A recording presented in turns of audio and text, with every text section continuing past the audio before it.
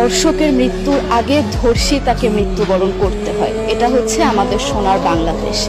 একজন ধর্ষকের জীবনের মূল্যটা এত বেশি যে তাকে ফাঁসির মঞ্চে দাঁড় করা যাবে না।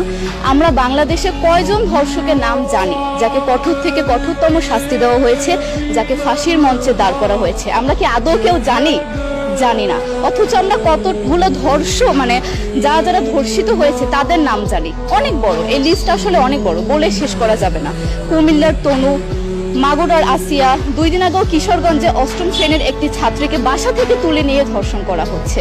বাবার হাতে মেয়ে ধর্ষিত হচ্ছে, ভাইয়ের হাতে বোন ধর্ষিত হচ্ছে। আমরা আসলে নিরাপদটা কোথায়? আমার মনে হচ্ছে আমরা যেন আইয়ামে জাহিলিয়া যুগে চলে গিয়েছি। মাঝে মধ্যে মনে হয় এর থেকেও খারাপ সময় আছি আমরা, কারণ ওই যুগে মেয়েরা অ্যাটলিস্ট সম্মান নিয়ে মৃত্যুবরণ করতে পারত। জন্মের পরপর জ্যান্ত মাটিতে পুঁতে দেওয়া হতো, আর আমাদের ধর্ষণ করে নির্মমভাবে তারপর মৃত্যুবরণ করতে হচ্ছে। যদি সরকার আমাদের ওই নিরাপত্তা নাই দিতে পারে, তাহলে সরকারের কাছে আমাদের অনুরোধ, আমাদের জ্যান্ত মাটিতে পুঁতে দেখ। আমরা বেঁচে থাকতে চাই না, আমরা সম্মান নিয়ে মৃত্যুবরণ করতে চাই। আমরা এই দেশে থাকতে চাই না যে এই দেশে আমাদের কোনো নিরাপত্তা নেই, যে এই দেশে রাস্তা দিয়ে হাঁটলে আমাদের মধ্যে একটা আতঙ্ক কাজ করে, কখন কি না কি হয়ে যায়। আইন উপদেষ্টা বললেন যে ধর্ষকের নাকি ফাঁসি দেওয়া সম্ভব হবে না, তাহলে নাকি নিরীহ মানুষকেও মাঝে মধ্যে ফাঁসির ব্যবস্থা করা, মিথ্যা মামলায় ফাঁসিয়ে দিয়ে ফাঁসির ব্যবস্থা করা হতে পারে।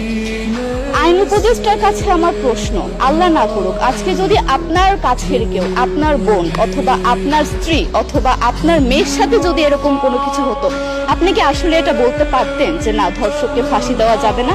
কোনোদিনও পারতেন না। আপনি সবার আগে তার ফাঁসির ব্যবস্থা করতেন, সম্ভব হলে নিজের হাতে মেরে ফেলতেন। তাহলে আমাদের বেলায় কেন এত বৈষম্য? আমরা কি দোষ করেছি? আমরা কি নারী না? আমরাও তো কারো বোন, আমরাও তো কোনো বাবার সন্তান, আমাদেরও তো বেঁচে থাকার অধিকার আছে, তাই না? কিছু হলে মেয়েদের পোশাকের দোষ দেওয়া হয়। আমার কাছে প্রশ্ন, একটা 8 বছরের শিশুর মধ্যে এরকম কি থাকতে পারে যেটা একটা পুরুষকে অ্যাট্রাক্ট করবে, যেটা একটা পুরুষকে সিরিয়াস করবে? সেরকম হলে আসলে ধর্ষণ করা হতো সবসময় প্রাপ্তবয়স্ক মহিলাকে। কিন্তু আমরা আসলে পরিসংখ্যান গবেষণা করলে দেখতে পারি যে ধর্ষক সবচেয়ে বেশি করা হচ্ছে শিশুদেরকে, কিশোরীদের সবচেয়ে বেশি ধর্ষণ করা হচ্ছে। দৃষ্টিভঙ্গি পরিবর্তন করুন, চিন্তা ভাবনা পরিবর্তন করুন, ধর্ষকদের আইনের আওতায় আনুন।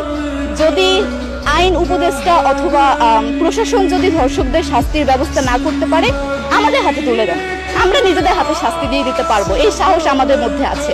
বেঁচে থাকার জন্য আমাদের যতটা কঠিন হতে হবে, আমরা কঠিন হওয়ার জন্য প্রস্তুত আছি। আমরা ফাঁসি চাই, ধর্ষকদের কঠোর থেকে কঠোরতম শাস্তি চাই। যতদিন না পর্যন্ত ফাঁসি দেওয়া হবে, যতদিন না পর্যন্ত ধর্ষকদের শাস্তির ব্যবস্থা করা হবে, আমরা আমাদের আন্দোলন অব্যাহত রাখবো।